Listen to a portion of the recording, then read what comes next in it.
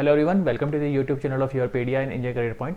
So I am Vinish Sharma. So आज मैं आपके पास यहाँ पे हीट ट्रांसफर से रिलेटेड एक बहुत ही इंपॉर्टेंट टॉपिक कवर अप करने जा रहा हूँ। और ये जो मैं वीडियो बना रहा हूँ यहाँ पे आपके पास इस टॉपिक से रिलेटेड ये स्पेसिफिकली एचपीएससी लेक्चरर के एग्जाम के लिए आपके पास यहाँ पर होगी। ओके, क्योंकि आपके पास यहाँ पे जैसे आपको पता है एचपीएससी लेक्चरर के एग्जाम में जो पैटर्न हमारे पास है पेपर का, सबसे पहले आपका ऑब्जेक्टिव, फिर सब्जेक्टिव, फिर आपके पास इंटरव्यू फेस यहाँ पर है। ठीक है, 3 स्टेजेस में आपके पास ये एग्जाम कवर अप होगा। तो तीनों के तीनों स्टेजेस को दिमाग में रखते हुए आपके पास यहाँ पे हम स्टार्ट करेंगे, इस टॉपिक को कवर अप करेंगे।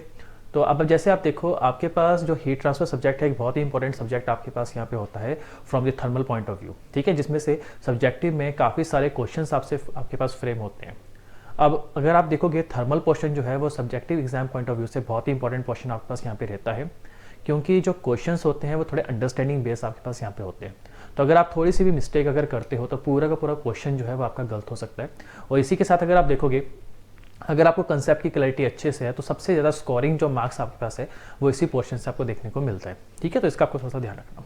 तो इस केस में देखो, जब आप यहाँ पे हीट ट्रांसफर की जब हम बात करते हैं, हीट ट्रांसफर को जब भी आप स्टडी करते हो तो हमारे पास ट्रांसिएंट हीट कंडक्शन या फिर आपके पास अनस्टेडी की हम बात करें तो इसको थोड़ा ज़्यादा कम फोकस हम करते हैं, क्योंकि पूरे के पूरे हीट ट्रांसफर में अगर आप देखो या फिर पूरे के पूरे थर्मोडायनेमिक्स एनालिसिस में देखो, चाहे फ्लूइड मैकेनिक्स की स्टडी आप करो, किसी भी सब्जेक्ट की जब आप स्टडी करते हो तो उसमें जो हम फोकस करते हैं वो स्टडी स्टेट पे ज़्यादा ध्यान देते हैं। ठीक है ना, तो आपके पास जो स्टडी स्टेट हमारे पास है उसको एनालाइज करना, स्टडी करना बहुत ही सिंपल सा होता है, लेकिन अनस्टडी केस को अगर आप देखोगे तो वो थोड़ा डिफिकल्ट टास्क हमारे पास यहाँ पे रहता है। ठीक है, तो इसका आपको थोड़ा सा ध्यान रखना है। तो इस केस में अगर हम बात करें सबसे पहले कि ट्रांसिएंट हीट कंडक्शन का एक्चुअली में मतलब क्या होता है। देखो, ट्रांसिएंट हीट कंडक्शन का मतलब आपके पास यहाँ पे अनस्टेडी स्टेट। अनस्टेडी स्टेट का मतलब है कि अगर आपके पास सिस्टम की जो प्रॉपर्टीज है वो टाइम के साथ वेरी कर रही हो, ठीक है ना, तो उसको हम यहाँ पे बोलते हैं अनस्टेडी।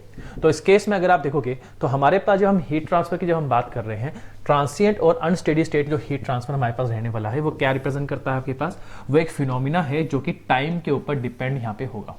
ठीक है ना, जैसे अगर हम बात कर रहे हैं स्टेडी की तो that means it is a independent of time, लेकिन अगर आप बात करोगे यहाँ पे ट्रांसिएंट और अनस्टेडी स्टेट की तो इस केस में यहाँ पे क्या देखने को मिलेगा कि बॉडी का जो टेम्परेचर है वो टाइम के साथ लगातार चेंज हो रहा है। ठीक है, अगर आपको थोड़ा सा रिकॉल हो, ठीक है, अगर आपको थोड़ा बेसिक अंडरस्टैंडिंग हो तो अगर आप याद करोगे तो जब हम स्टेडी स्टेट हीट ट्रांसफर की बात करते हैं थ्रू अ स्लैब, तो उस केस में आप अज्यूम करते हो कि स्लैब के अंदर हर एक पॉइंट का जो टेम्परेचर है वो टाइम के साथ कांस्टेंट रहता है।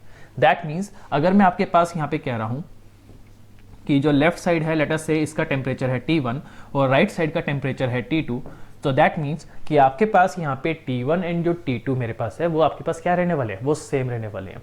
उसमें किसी भी तरह का चेंजेस आपको देखने को नहीं मिलेंगे ड्यू टू टाइम। ठीक है ना, तो इसका थोड़ा सा ध्यान रखना।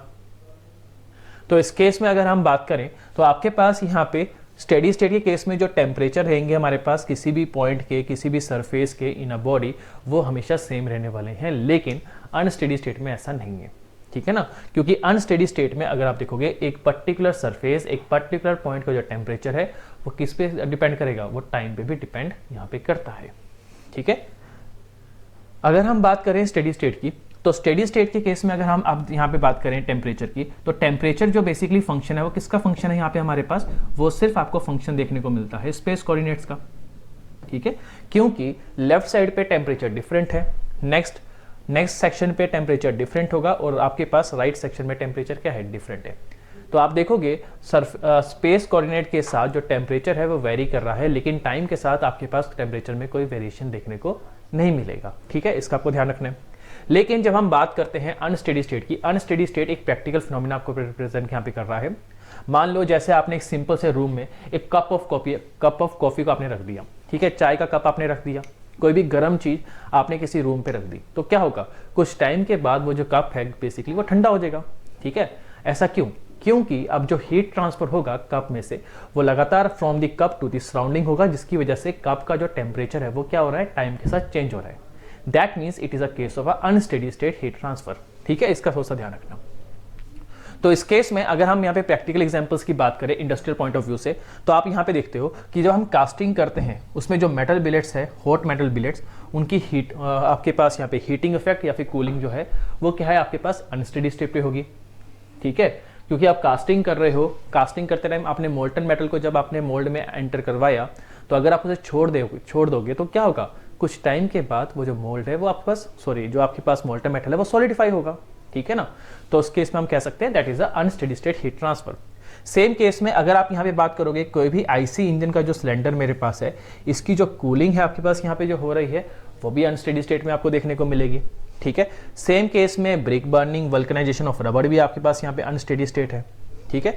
तो बस इतना सा यहाँ पे आपको ध्यान रखना है कि अगर आपके पास कहीं से भी जो हीट ट्रांसफर हो रहा है वो टाइम के साथ वेरी कर रहा है, या फिर अगर आपके पास किसी भी ऐसे सिस्टम में जो टेम्परेचर है वो फंक्शन है स्पेस कोऑर्डिनेट्स और टाइम दोनों का, तो हम कह सकते हैं कि वहां पे जो फिनोमिना होगा that will B transit phenomena और अनस्टेडी स्टेट हीट ट्रांसफर, ठीक है ना। तो आपको इस चीज़ों का थोड़ा सा ध्यान रखना है। तो हम इसका कंप्लीट एनालिसिस यहाँ पे करने वाले हैं। तो इस केस में अगर हम बात करें थोड़ा सा, देखो एक्चुअली में अनस्टेडी स्टेट हीट ट्रांसफर का जो एनालिसिस होता है वो थोड़ा डिफिकल्ट टास्क हमारे पास है। तो यहाँ पे हम कुछ बेसिक अजम्पशंस लेके चलते हैं। एक सबसे इंपॉर्टेंट अजम्पशन आपको देखने को मिलती है that is lumped parameter analysis. Lumped parameter analysis क्या है यहाँ पे? एक्चुअली में अगर हम बात करें, जैसे मान लो एक सॉलिड बॉडी है, ठीक है, एक हॉट बिलेट मेरे पास यहाँ पर है जिसका टेम्परेचर है, मैं अज्यूम कर रहा हूं T1, और जो सराउंडिंग टेम्परेचर है दैट इज T इंफिनिटी। तो इस केस में आप यहां पे ऑब्जर्व करोगे कि आपके पास बॉडी का जो टेम्परेचर है, हर एक बॉडी के पास, हर एक सिस्टम के पास खुद की एक कंडक्टिव रेजिस्टेंस होता है यहाँ पे, ठीक है ना। तो अगर हम यहाँ पे देखें, अगर लेट अस से अगर मैं आपको कह रहा हूं कि बॉडी के सेंटर पे जो टेम्परेचर है वो T1 के इक्वल है, तो जरूरी नहीं है कि सरफेस का जो टेम्परेचर है वो भी T1 के इक्वल हो, ठीक है, क्योंकि स्टेडी स्टेट हीट ट्रांसफर में आप क्या पढ़ते हो, आप वहां पे कंडक्शन रेजिस्टेंस को इंक्लूड करते हो। तो ऐसा आपके पास यहां पे भी हमें इंक्लूड करना पड़ेगा।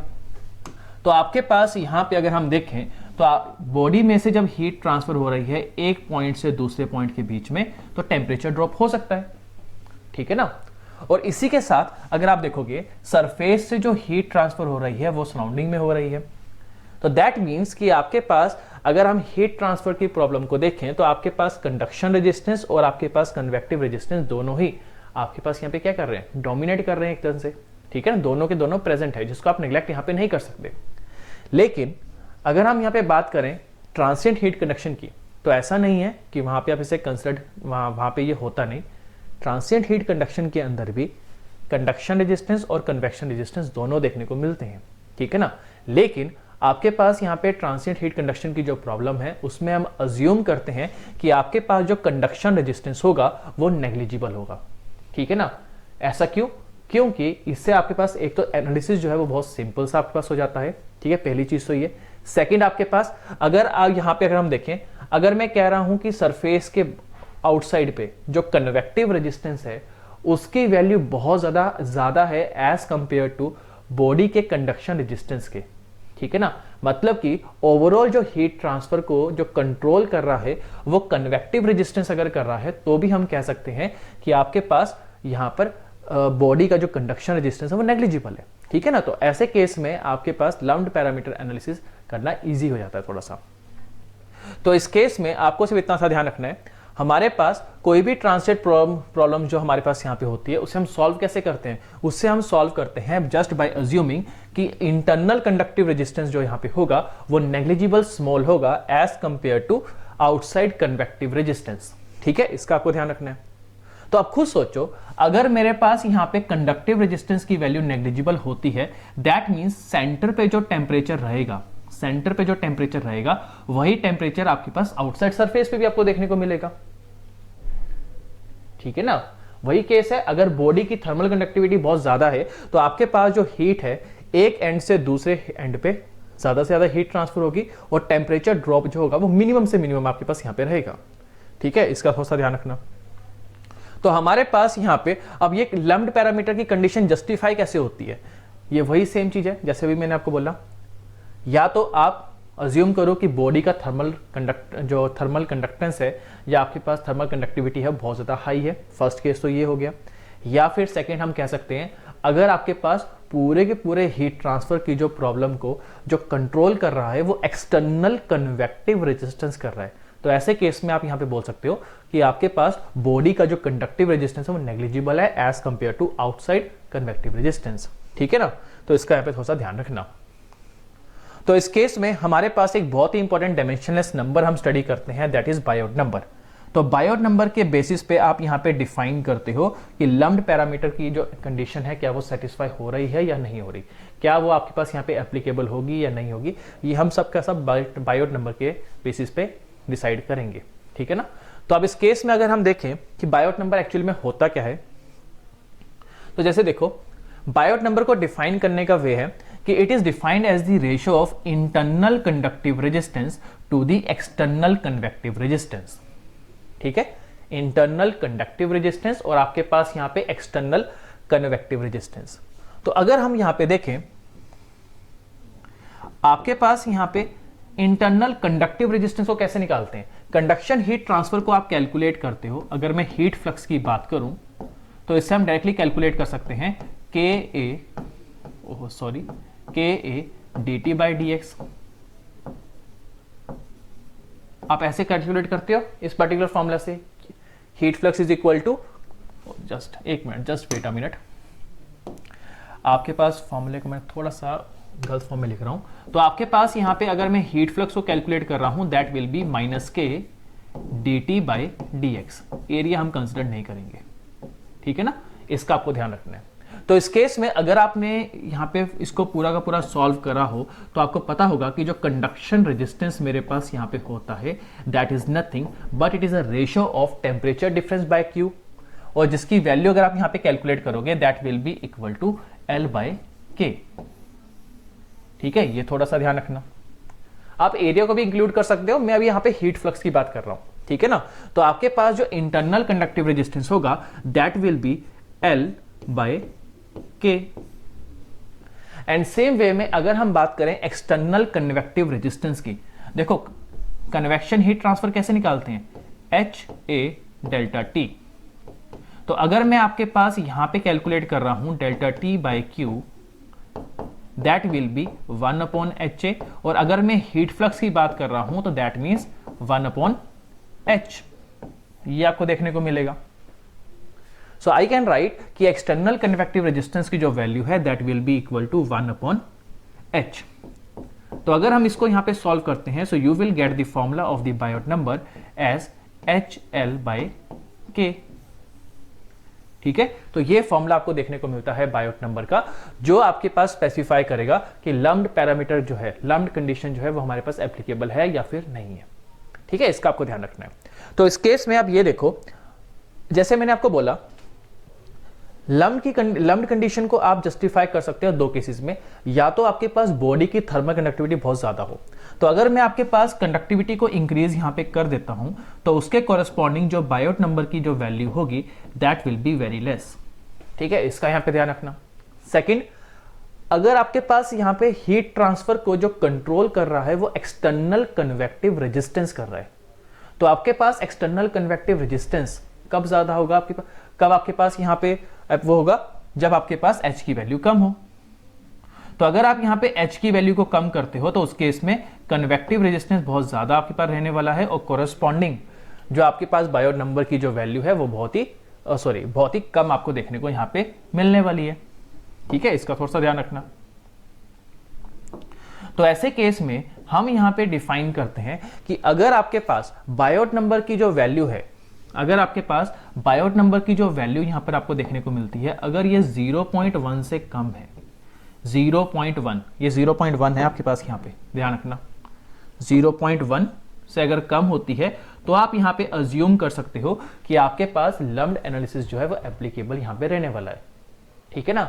ऐसा क्यों, बिकॉज ऐसे केस में जो कंडक्शन रेजिस्टेंस है वो नेग्लिजिबल है as compare to convection resistance, और आपके पास बॉडी का जो टेम्परेचर है थ्रू आउट द बॉडी वो सेम रहने वाला है, कहीं पर भी टेम्परेचर ड्रॉप आपको देखने को नहीं मिलेगा, ठीक है, इसका यहाँ पे थोड़ा सा ध्यान रखना। चलो, तो यहाँ पे सब कुछ मेंशन है ऑलरेडी, मैं आपको ऑलरेडी लिखा हुआ है आपके पास, यहाँ पे आप देख सकते हो, पढ़ सकते हो डायरेक्टली कि when the Biot number is less than 1 the internal resistance is less than 10% of the external resistance, okay, and the lumped analysis can be assumed, okay, तो इसका थोड़ा सा ध्यान रखना। चलो, अब आपके पास यहां पे हम जो केस करेंगे, जो हम स्टडी करते हैं, जो आपके एग्जाम पॉइंट ऑफ व्यू से इंपॉर्टेंट है, दैट इज आपके पास लम्प्ड एनालिसिस। ओके, मतलब कि आपको ट्रांसिएंट हीट कंडक्शन यहाँ पे स्टडी करना है just by assuming that the value of the Biot number is very very less, okay, और the conduction resistance is negligible and the temperature of the body is same throughout the body. ठीक है, इसका आपको यहाँ पे ध्यान रखना है।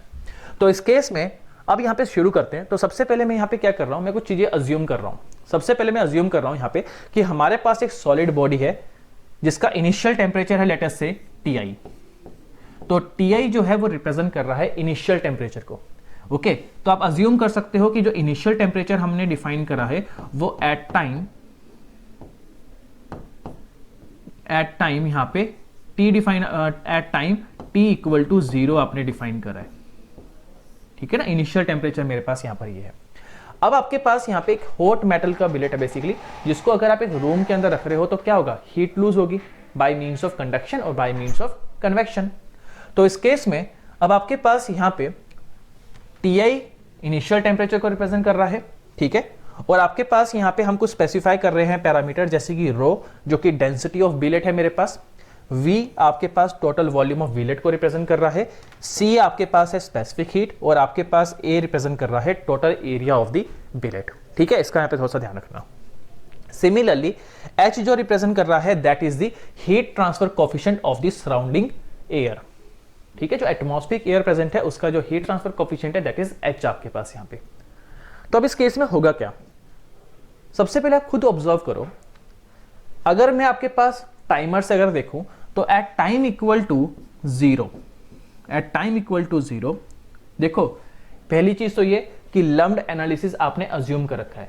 लम्प्ड एनालिसिस आपने अज्यूम कर रखा है मतलब कि बॉडी के अंदर और बॉडी के सरफेस के ऊपर जो टेम्परेचर है वो सेम रहने वाला है, and that temperature is going to be equal to Ti initial temperature. ठीक है ना, तो अगर हम बात करें at time T equal to 0, आपके पास यहां पे जो बॉडी का टेम्परेचर रहने वाला है that will be equal to Ti। ठीक है, और सराउंडिंग टेम्परेचर क्या रहेगा, सराउंडिंग टेम्परेचर तो मेरे पास यहां पे T इन्फिनिटी हाई है बेसिकली। अब आपके पास जैसे जैसे अगर आप देखोगे हमारे पास यहां पे क्या होगा, टाइम इंक्रीज होगा क्योंकि टाइम का काम है फॉरवर्ड मूव करना। तो आपके पास अगर हम यहां पे देखें after certain period of time let us से आफ्टर 1 मिनट, बॉडी जो है वो हीट को लूज करेगी by means of convection heat transfer. तो कन्वेक्शन होने की वजह से सराउंडिंग में जो हीट ट्रांसफर यहां पे होगा उस वजह से बॉडी का जो टेम्परेचर है वो ड्रॉप करेगा। तो आप यहां पे कह सकते हो कि बॉडी का जो टेम्परेचर है वो कितना हो चुका है, वो अब यहां पे T1 हो चुका है।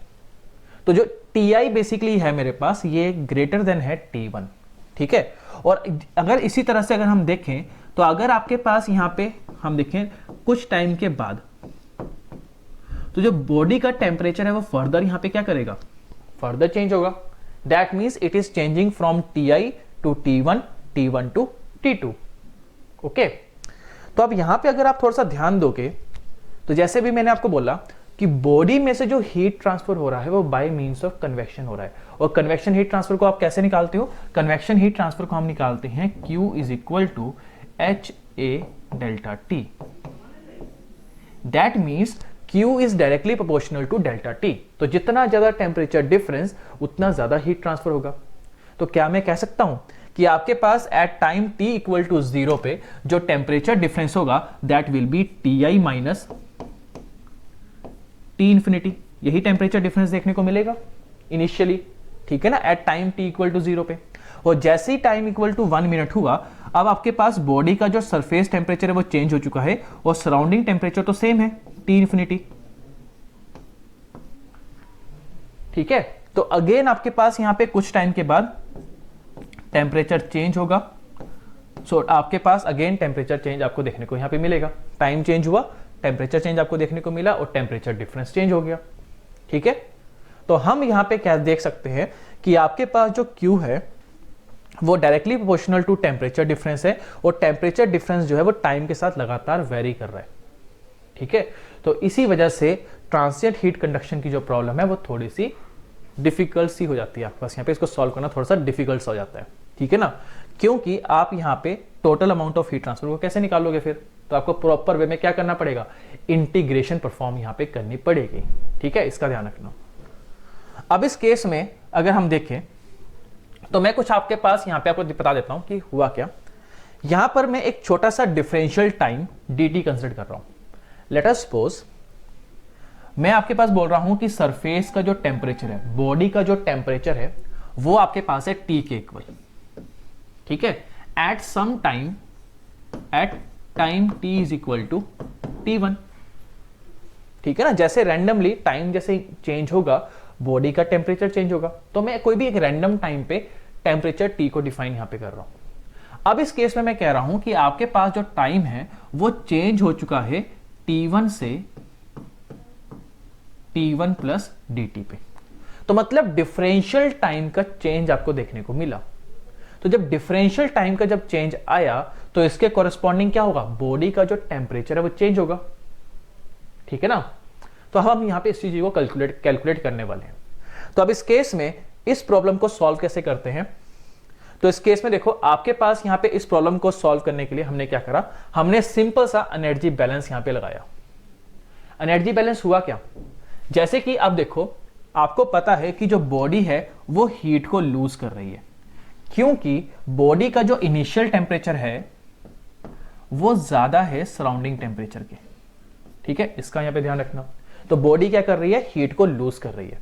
इस साइन कन्वेंशन में मत जाना, ये आपके पास गलत साइन कन्वेंशन दिखा रखा है, अंदर की तरफ या बाहर की तरफ एक्चुअली में।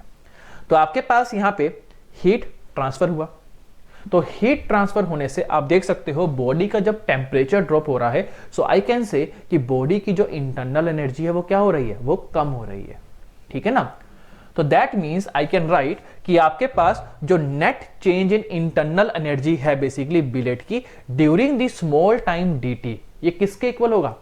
आप खुद सोचो ना यार, जितनी हीट यहां से निकली, जितनी हीट यहां से आउट हुई बॉडी के, उतना ही आपके पास इंटरनल एनर्जी में चेंज आया होगा। ओके, सो यही हमने करा है कि the net change in internal energy of the billet during the differential time dt is equal to net heat flow from the system to the surrounding, ठीक है, इसका यहां पे आपको ध्यान रखना है। तो अगर हम बात करें net change in internal energy, तो अब आपने थर्मोडायनेमिक्स में पढ़ा है कि जो इंटरनल एनर्जी होती है दैट इज mCp, mc आपके पास यहां पे क्या होगा,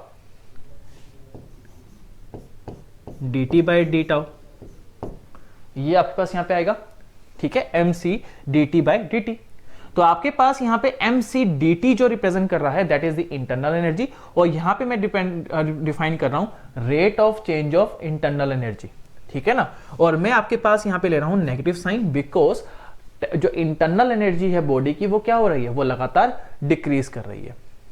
अब यहां पे अगर हम इसको इक्वेट करें, it will be equal to the net heat convection from the system to the surrounding. तो नेट हीट कन्वेक्शन को कैसे आप निकाल सकते हो, that will be HA the temperature of the body at particular time. तो अगर आप यहां पे डिफरेंशियल टाइम की बात कर रहे हो तो आपके पास इसके इक्वल आपको देखने को मिलेगा।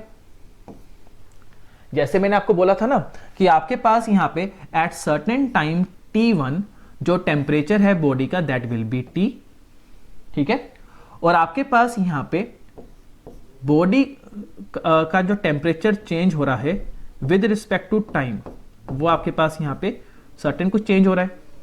तो T1 से जब टाइम यहां पे चेंज हुआ तो उसके कॉरेस्पॉन्डिंग टेम्परेचर में आपको क्या देखने को मिला होगा, चेंज देखने को मिला होगा, ठीक है ना।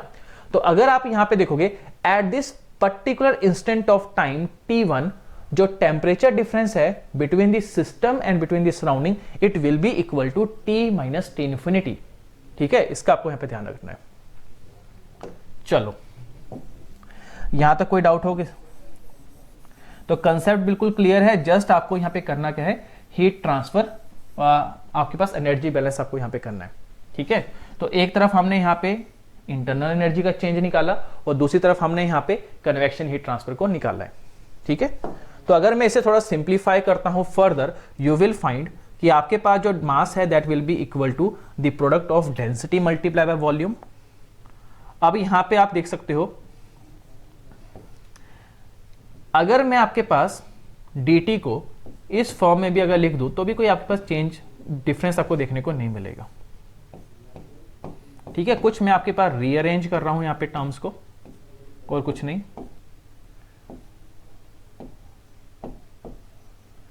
ये आपको देखने को मिलेगा, ठीक है। और इसको फर्दर अगर हम सिंप्लीफाई करें, यू विल फाइंड कि आपके पास ये आ रहा है D T minus T infinity divided by T minus T infinity equal to minus H A upon rho V C P, rho V C या फिर रो वी सी पी आप लिख लो, स्पेसिफिक हीट है बेसिकली और कुछ नहीं, और multiply by D T.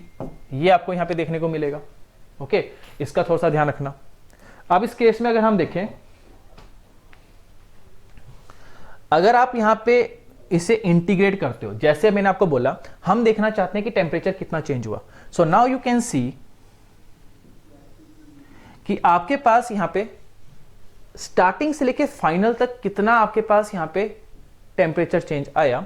So here you can see, अगर मैं आपके पास टाइम इक्वल टू 0 से एक सर्टेन टाइम t तक अगर देखना चाहता हूं, तो कॉरेस्पॉन्डिंगली जो टेम्परेचर है 0 पे, इनिशियली टेम्परेचर क्या था, टाइम इक्वल टू 0 पे Ti टेम्परेचर था आपके पास, और आपके पास T इक्वल टू T पे टेम्परेचर क्या है, मैं डिफाइन कर रहा हूं लेटर से T के इक्वल।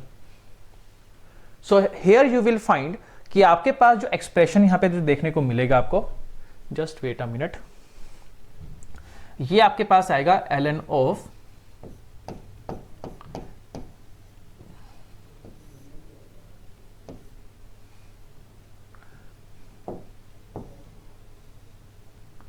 ठीक है। ये आपको देखने को मिलेगा जहां पे आपको वैल्यूज को पुट करना है Ti से T, और आपके पास यहां पे आपको देखने को मिलेगा HA rho V C into T minus 0, ये आपको देखने को मिलेगा, ठीक है। तो अगर आप यहां पे वैल्यूज को पुट करते हो, सो यू विल फाइंड, अब मैं आपके पास यहां पे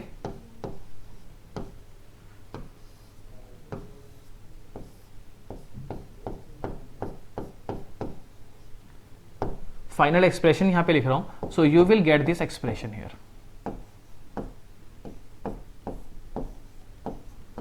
ओके। तो आप देखोगे आपके पास यहां पे जो फाइनल टेम्परेचर डिस्ट्रीब्यूशन आ रहा है इस केस में, it will be equal to exponential minus H A time divided by rho V C, ठीक है। ये आपको यहां पे देखने को मिलेगा।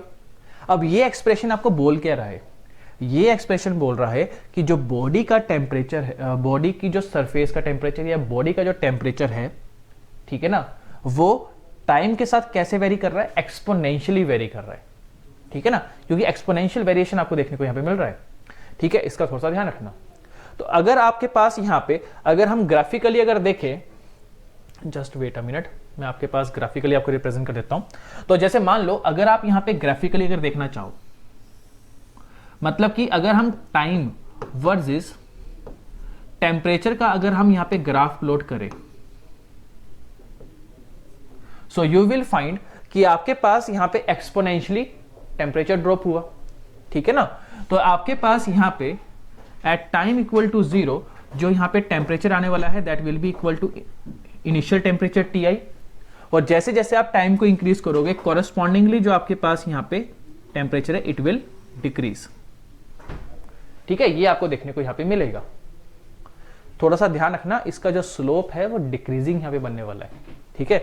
और सेम वे में अगर आपके पास यहां पे, अच्छा ये जो ग्राफ मैंने बनाया है यहां पे, it is for cooling of billet. अगर आपके पास बॉडी जो है वो कूल डाउन हो रही है, तो उस केस में आपके पास जो ग्राफ का जो स्लोप बनेगा that will B of decreasing nature. और सेम केस में अगर आपके पास यहां पे टेम्परेचर और टाइम के बीच में अगर हम ग्राफ प्लॉट करें, और अगर आपके पास बॉडी का जो इनिशियल टेम्परेचर है that is increase, sorry body का जो टेम्परेचर है वो आपके पास यहां पे इंक्रीज कर रहा है, तो उस केस में आपके पास यहां पे जो स्लोप बनेगा that will B of increasing slope, ठीक है। तो आपको ये ध्यान रखना है। तो ये जो आपके पास सेकंड ग्राफ है, ये ग्राफ आपके पास स्पेसिफिकली बनाया है हीटिंग के लिए। अगर आपके पास बॉडी का जो टेम्परेचर है वो यहां पे हीट कर रहा है ड्यू टू दी सराउंडिंग, ठीक है। तो ये थोड़ा सा ध्यान रखना। तो तो ये दो डिफरेंट रिप्रेजेंटेशन है आपके पास यहाँ पे। अगर कोई बॉडी कूल डाउन होती है सराउंडिंग में तो इस तरह का वेरिएशन आएगा, एक्सपोनेंशियल वेरिएशन। अगर कोई बॉडी हीट अप कर रही है आपके पास यहाँ पे सराउंडिंग में तो इस तरह का वेरिएशन आपको देखने को मिलेगा। ठीक है, थोड़ा सा ध्यान रखना इस चीज का। चलो अब आपके पास यहाँ पे दो करेंगे पैरामीटर लास्ट में हम, ठीक है, फिर आपके पास यहाँ पे क्लास को क्लोज करेंगे।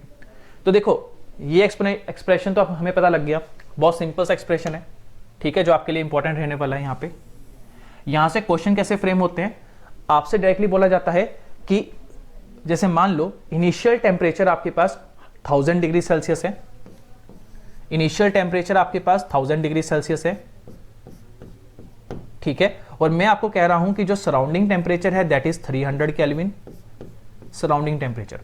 तो अगर मैं आपसे पूछता हूं कि 10 सेकंड के बाद, 20 सेकंड के बाद या 30 सेकंड के बाद क्या टेम्परेचर आपके पास होगा बॉडी का, सो आप यहां पे कैलकुलेट कर सकते हो टी की वैल्यू को, okay, at a particular time small T. ठीक है, तो थोड़ा सा ध्यान रखना। अब आपके पास यहां पे नेक्स्ट अगर हम चलें, नेक्स्ट हम दो चीजें यहां पे कैलकुलेट करते हैं। First is instantaneous heat transfer rate और second is total amount of heat transfer rate. ठीक है, अब इनका मतलब क्या होगा, जैसे कि अभी मैंने आपको जब स्टार्टिंग करी थी यहां पे टॉपिक की, यहां पर मैंने आपको बताया था कि इनिशियली टाइम इक्वल टू 0 पे जो टेम्परेचर डिफरेंस है that will be Ti minus T infinity. Time equal to 1 minute पे टेम्परेचर डिफरेंस चेंज हो गया। दैट मीन्स आप यहां पे कह सकते हो कि हर एक पर्टिकुलर इंस्टेंट ऑफ टाइम पर जो हीट ट्रांसफर है वो चेंज होगा। ठीक है ना, क्यों चेंज होगा, because temperature difference is changing. Same case में आप यहां पे कैलकुलेट कर सकते हो कि एक पर्टिकुलर इंस्टेंट ऑफ टाइम पे कितना रेट ऑफ हीट ट्रांसफर यहां पे होगा। ठीक है ना, अब हमें वही चीज कैलकुलेट यहां पे करनी है। ठीक है, तो केस बड़ा बिल्कुल सिंपल सा आपके पास यहां पे केस रहने वाला है। चलो, तो अब इस केस में अगर हम यहां पे देखें, आपके पास मैं क्या निकालना चाहता हूं, rate of instantaneous heat transfer को यहां पे निकालना चाहता हूं। ठीक है ना, तो अब एक चीज देखो, अभी हमने देखा था कि रेट ऑफ कन्वेक्शन, मतलब कि कन्वेक्शन हीट ट्रांसफर, जो हमने एनर्जी बैलेंस करा था, convection heat transfer is equal to the basically the net change in internal energy. ठीक है, तो अगर मैं net change in internal energy को निकालता हूं यहां पे, that is mc dt by small T. यही आपने देखा था, नेगेटिव में देखा था आपने साइन इसका। ठीक है, तो क्या मैं कह सकता हूं, अगर आपके पास यहां पे टेम्परेचर को मैं विद रिस्पेक्ट टू टाइम के डिफरेंशिएट करूं तो मुझे स्मॉल आपके पास इंटरवल के टाइम पे मुझे पता लग जाएगा कि टेम्परेचर चेंज कितना हुआ, और मुझे यह भी पता लग जाएगा इस फॉर्मूले से कि उस स्मॉल इंटरवल ऑफ टाइम पे कितना आपके पास यहां पे चेंज इन इंटरनल एनर्जी आया, और जितना चेंज इन इंटरनल एनर्जी आया that will be equal to the rate of instantaneous heat transfer rate. ठीक है ना, तो वही हम यहां पे कैलकुलेट करेंगे। तो अब आपके पास यहां पे अभी आपने देखा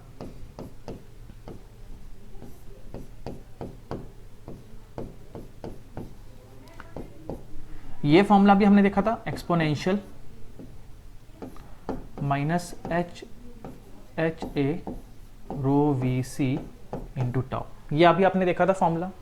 ठीक है, थोड़ा सा रीअरेंज अगर हम इसे करें, so you will find T is going to be equal to T infinity plus T I minus, अच्छा इसमें एक चीज करो यार, इसको ऐसे भी मत करो आप, इसको थोड़ा और सिंप्लीफाई मैं आपको कर देता हूं, आपके लिए थोड़ा और सिंपल सा कर देते हैं। आप इसको ऐसे भी क्यों निकाल रहे हो, आप ऐसे निकाल लो डायरेक्टली कि आपके पास क्यू क्या है, मेरे पास कन्वेक्शन हीट ट्रांसफर से निकाल लो ना, आप ऐसे कर लो। ठीक है, तो अगर मैं आपके पास इसकी वैल्यू लिख देता हूं, टेम्परेचर डिफरेंस की value at a particular instant of time, तो इस फॉर्मूले से आप निकाल सकते हो। सो इसका फॉर्मूला क्या बन रहा है आपके पास यहां पे, एच ए आपके पास यहां पे T I minus T infinity exponential H A small T divided by rho V C. ठीक है, आप ऐसे निकाल लो। तो ये फॉर्मूला क्या रिप्रेजेंट कर रहा है आपके पास, ये फॉर्मूला रिप्रेजेंट कर रहा है eight this particular instant of time T कि कितना अमाउंट ऑफ हीट ट्रांसफर यहां पे हुआ, ठीक है ना। तो अगर आप पूरे के पूरे एक्सप्रेशन की अगर यूनिट को कैलकुलेट करोगे तो इसकी जो यूनिट आपको देखने को मिलेगी that will be in what. इसका आपको थोड़ा सा ध्यान रखना है, तो ये वॉट में आपको देखने को मिलेगा आंसर इसका, ठीक है ना। तो ये rate of heat, instantaneous heat transfer की बात कर रहा है। सेम केस में अगर आप निकालना चाहते हो total amount of heat transfer rate, total amount of heat transfer rate मतलब कि अब अगर मैं आपसे पूछूं, जैसे कि इसी केस में चलते हैं वापस, मान लो अगर मैं आपसे पूछूं कि जैसे देखो 0 से लेके 2 मिनट तक total amount of heat transfer कितना हो रहा है, तो उसको भी आपको निकाल सकते हो आराम से बाय इंटीग्रेटिंग, ठीक है ना। जैसे कि आपने इस केस में देखा हर एक इंस्टेंट ऑफ टाइम पे टेम्परेचर डिफरेंस डिफरेंट है, तो कोरस्पॉन्डिंग जो हीट ट्रांसफर है वो डिफरेंट है। सो सेम वे में total amount of heat transfer को भी हम कैलकुलेट कर सकते हैं। तो इस केस में अगर आप यहां पे total amount of heat transfer को निकालना चाहते हो, क्या मैं कह सकता हूं कि आप सिर्फ देखो आपने इंस्टेंटेनियस हीट ट्रांसफर निकाल लिया, जस्ट आप उसे इंटीग्रेट कर दो, ठीक है ना। Instantaneous rate of heat transfer को आप इंटीग्रेट कर दो, you will find the total amount of heat transfer rate, ठीक है। थोड़ा सा इसका ध्यान रखना। तो केस बिल्कुल सिंपल सा आपके पास यहाँ पे रहेगा, कुछ नहीं करना, जस्ट आपके पास यहाँ पे इंटीग्रेशन आपको परफॉर्म यहाँ पे करनी पड़ेगी, ठीक है, इस केस के अंदर। चलो अब आपके पास यहाँ पे इस केस को करते हैं कि ये कैसे निकालेंगे आपके पास यहाँ पे। तो इसके लिए हम सबसे पहले क्या करने वाले हैं, just wait a minute.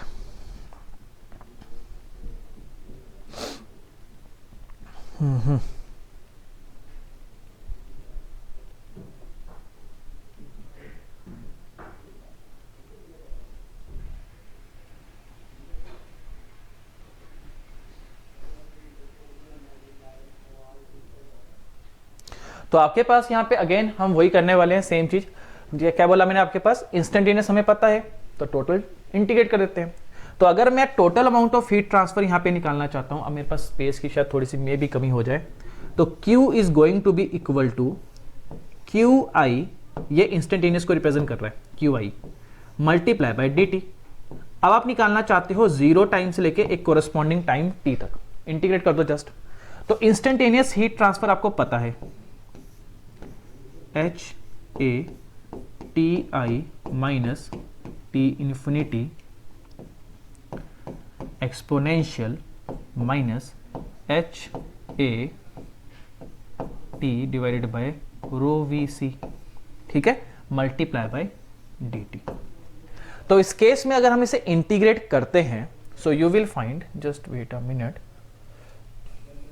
So आपको क्या मिलेगा, Q is equal to HATI minus T infinity, it will remain as it is, ठीक है। इसकी इंटीग्रेशन अगर आप करोगे that will be HA divided by rho VC exponential minus HA rho VC, और आपके पास लिमिट हम पुट करेंगे 0 से T तक, ठीक है। तो अगर हम आपके पास यहां पे देखो, मैं इसको ना पूरे के पूरे टर्म को K से रिप्रेजेंट कर रहा हूं, ठीक है, जस्ट फॉर द सिंप्लिसिटी। तो आपके पास यहां पे K, तो कंफ्यूज मत हो जाना, K की वैल्यू क्या है आप देख सकते हो ऊपर। तो आपके पास एक्सपोनेंशियल में पुट कर दो सारी यूनिट्स को, वैल्यूज को, सॉरी, ठीक है। तो आपके पास यहां पे क्या वैल्यू आएगी, एक्सपोनेंशियल माइनस HA C, ठीक है, माइनस आपके पास यहां पे, चलो आपके पास यहां पे मैंने गलत लिख दिया थोड़ा सा, जस्ट वेट अ मिनट। तो आपके पास यहां पे आएगा K डायरेक्टली, सिंपल सा, ओहो आपके, जस्ट वेट अ मिनट, ये लिख नहीं रही है, K एक्सपोनेंशियल आपके पास यहां पे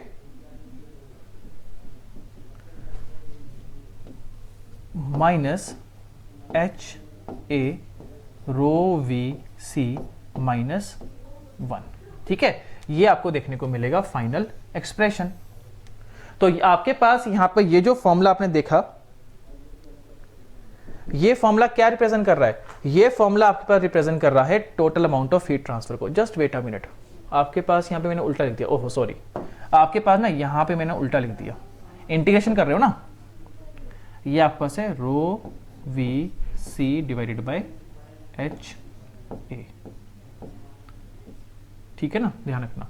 तो ये आपके पास यहाँ पे आ रही है value rho V C divided by H A, ठीक है, इसका आपको थोड़ा सा ध्यान रखना है।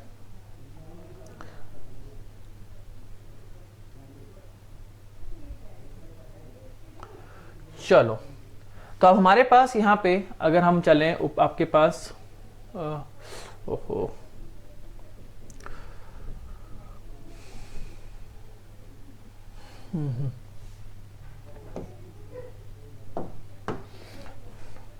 तो आपके पास जो हमने एक्सप्रेशन निकाला पीछे, आपके पास ये एक्सप्रेशन यहाँ पे आ रहा है t माइनस में T infinity divided by T I minus T infinity, ठीक है। एक्सपोनेंशियल आपके पास यहाँ पे minus H A T divided by rho V C के इक्वल, ठीक है। ये एक्सप्रेशन आपको देखने को मिलेगा। और कोरेस्पॉन्डिंगली जब आपने ठीक है, तो इस केस में आपके पास बस इतना सा ध्यान रखना कि यहां पर आप कैसे निकाल रहे हो इंस्टेंटेनियस हीट ट्रांसफर रेट, क्योंकि ये थोड़ा सा अलग सा टॉपिक आपके पास यहां पर है, ठीक है। इस चीज का हमें थोड़ा सा ध्यान रखना है। और टोटल हीट ट्रांसफर रेट को हम कैसे यहां पर निकाल रहे हैं,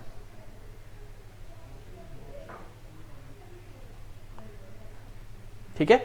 तो ये आपके पास फॉर्मूला बन के आएगा इंस्टेंटेनियस का, और ये फॉर्मूला लास्ट में आपके पास बन के आएगा आपके पास इसका total amount of heat transfer का, ठीक है ना। तो आपके पास यहाँ पे एच ए से एच ए आप कैंसिल आउट भी कर सकते हो, मर्जी आपकी है, ठीक है। तो अगर मैं आपके पास यहाँ पे एच ए को माइनस करके लिख रहा हूं तो उसके कॉरेस्पॉन्डिंग फॉर्मूला क्या बन जा रहा है total amount of heat transfer का, that will be minus rho V C T I minus T infinity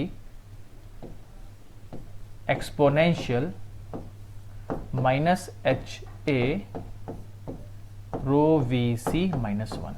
ध्यान रखना माइनस साइन रिप्रेजेंट कर रहा है कि आपके पास यहाँ पे हीट जो है वो लूज हो रही है बॉडी से, ठीक है ना।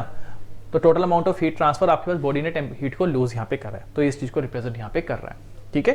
तो थोड़ा सा आपको ध्यान रखना है, टॉपिक बिल्कुल अच्छा सा काफी है, काफी इंटरेस्टिंग टॉपिक है, और काफी सारे क्वेश्चन भी बनते हैं सब्जेक्टिव में भी और आपके पास एज इट इज आपके पास ऑब्जेक्टिव में भी, ठीक है। तो ये मत सोचना कि यहाँ पे एक्सपोनेंशियल टर्म है तो कैसे सॉल्व करेंगे। एग्जाम में ये जो फॉर्मूला आपको यूज करना पड़ता है टेम्परेचर डिस्ट्रीब्यूशन का, जो मैंने ऊपर लिखा हुआ है, ये एज इट इज आपको यूज करना पड़ेगा। क्वेश्चन में आपको as it is values given होगी, एक्सपोनेंशियल की, नेचुरल लॉग की एज इट इज आपको गिवन होगी, ठीक है।